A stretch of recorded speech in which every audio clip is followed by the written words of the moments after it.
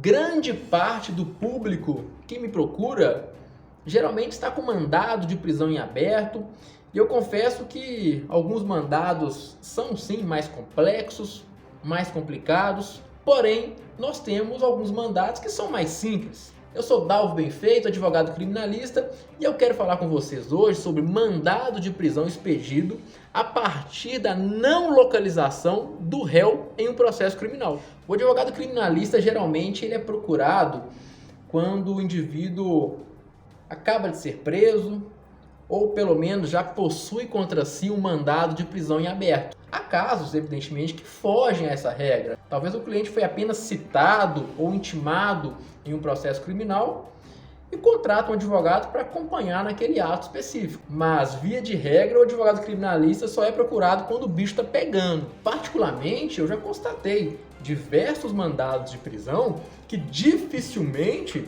seriam revogados. A exemplo de mandados de prisão que foram expedidos após a condenação criminal em regime fechado. Contudo, já vi também mandados de prisão serem expedidos pelo simples fato do acusado não ter sido localizado para ser citado em um processo criminal. É muito comum disso acontecer. Por exemplo, fulano de tal hoje mora no endereço X.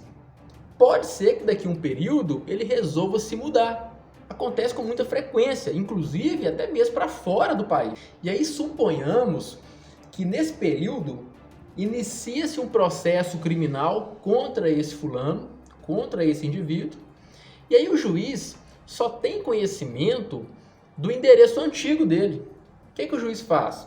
Vai expedir um mandado de citação para que esse indivíduo possa responder àquela acusação, àquela denúncia do Ministério Público, ou seja, para que ele possa se defender. Só que o endereço que tem no processo é o endereço antigo. E aí o oficial de justiça vai chegar lá na casa dele, onde que ele morava, e não vai localizar ninguém. Provavelmente o oficial vai conversar com os vizinhos que também não vão saber do paradeiro desse indivíduo. E aí que está o grande problema, porque o oficial de justiça vai devolver o documento para o juiz dizendo o seguinte: estive no dia tal, a tal hora, no endereço de fulano de tal, porém fulano não foi localizado, conversei com vizinhos que também não souberam dizer do seu paradeiro, razão pela qual fulano de tal não foi citado, estando em local incerto e não sabido. E aí já começa um problema, porque o juiz vai receber esse documento e vai encaminhar isso para o Ministério Público, promotor de justiça. O promotor de justiça vai tentar, pode ser que ele tente localizar novos endereços em nome do fulano de tal, né? Vai oficiar talvez aí empresas de telefonia, Receita Federal ou nos seus próprios sistemas internos, mas pode acontecer do promotor de justiça não encontrar nenhum outro endereço que não seja o antigo. Se ele encontrar um endereço atualizado, um endereço diferente, ele vai pedir o juiz para que o juiz mande o oficial de justiça ir nesse endereço. Agora, se ele não localizar, aí que está o grande problema. Ele vai devolver o processo para o juiz falando o seguinte: ô juiz, olha, eu não localizei novos endereços do fulano de tal e no processo não há nenhum outro endereço. Dessa forma, considerando que ele está em local incerto e não sabido, eu requeiro seja realizada a citação por edital. Com isso, o juiz, evidentemente, também vai expedir o mandado de citação por edital. Como que funciona a citação por edital? Pessoal, não vamos entrar nisso aqui agora não. Quem tiver interesse, vai lá no artigo 365 do Código de Processo Penal que vai entender mais ou menos isso aí. O que você precisa saber é que, obrigatoriamente, se o acusado não for localizado no endereço constante no processo, obrigatoriamente o juiz tem que expedir o mandado, a citação por edital, para que esse indivíduo possa eventualmente aparecer. Aí ele tem que dar publicidade de que o fulano de tal está sendo processado, dando então a oportunidade que ele apareça para se defender. Depois de expedido esse edital, Muito provavelmente, é o que acontece em 99,9% das vezes, esse indivíduo não vai aparecer. E a partir disso, o processo retorna para que o promotor de justiça possa peticionar de novo nos autos. O que o promotor de justiça vai fazer? Olha só, ele vai peticionar dizendo o seguinte: olha, fulano não foi localizado, já foi realizado aqui a citação por edital, porém fulano não apareceu.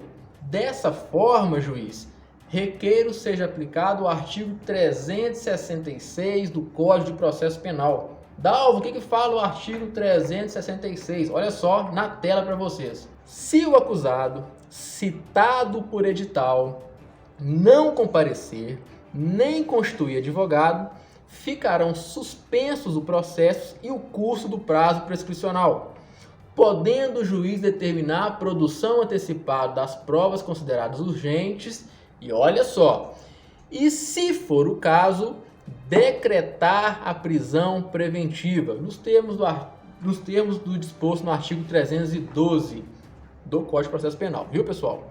Volta para mim. Vocês acabaram de ver o artigo 366.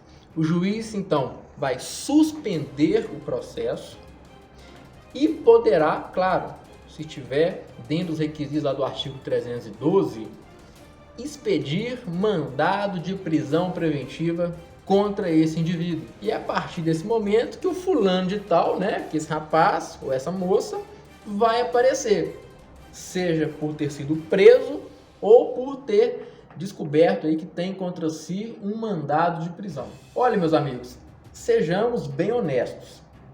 Eu não posso querer comparar um mandado de prisão expedido após a condenação criminal em regime fechado com um mandado de prisão expedido porque o réu não estava sendo localizado. Evidentemente que este último é muito mais tranquilo. Aliás, talvez o outro não tenha nem mais o que ser feito. Seria apenas cumprir a pena. Quando eu estou diante de um mandado de prisão expedido porque o réu não foi localizado, né, no processo criminal, talvez a mera juntada, a simples juntada de procuração de advogado no processo já seja o suficiente para que o juiz determine o recolhimento, ou seja, a revogação desse mandado de prisão. Recentemente uma moça me procurou porque tinha contra ela um mandado de prisão em aberto exatamente porque o juiz não estava localizando ela para se defender em um processo criminal até de estelionato. Ela, inclusive, já tinha até se mudado do país. E aí eu juntei uma procuração nos autos dizendo que os fundamentos que determinaram, que levaram a essa expedição de mandado de prisão, não existiam mais. Tanto é que ela constituiu advogado no processo e que ela então estava à disposição das autoridades. Dalvo, você informou o endereço dela para o juiz? Pessoal, de início, claro que não. Vai que o juiz não aceitasse os argumentos da defesa e simplesmente determinasse que a polícia fosse no endereço cumprir o mandado de prisão. Nesse caso seria um pouco mais difícil porque ela estava fora do país, né? A parte burocrática é um pouco mais densa, mas poderia acontecer. Então, primeiro, eu peticionei nos autos dizendo que os fundamentos não mais existiam, o juiz acolheu os argumentos, determinou o recolhimento do mandado de prisão e, em seguida, com esse recolhimento, com a certidão de baixa do mandado de prisão nos autos, eu informei o atual endereço dela, né, para que ela pudesse ser citada, intimada do processo. Então, meus amigos, o que eu quero dizer com isso? Mandado de prisão expedido pela ausência de localização do réu em processo criminal é muito comum. Por isso que eu sempre digo, é importante que vocês mantenham atualizados seus endereços, tanto em delegacia quanto no próprio processo. Talvez o indivíduo compareceu na delegacia de polícia para prestar depoimento no inquérito policial. Nessa época, ele morava num lugar. E aí mudou, não informou ninguém, ninguém sabe do paradeiro dele, o juiz simplesmente vai expedir o mandado de prisão. Então, pessoal, tem que atualizar o endereço sempre. Enfim, meus amigos, chegamos ao final de mais um vídeo. Espero que vocês tenham gostado. Qualquer dúvida, estou sempre à disposição. E até o próximo vídeo. Grande abraço.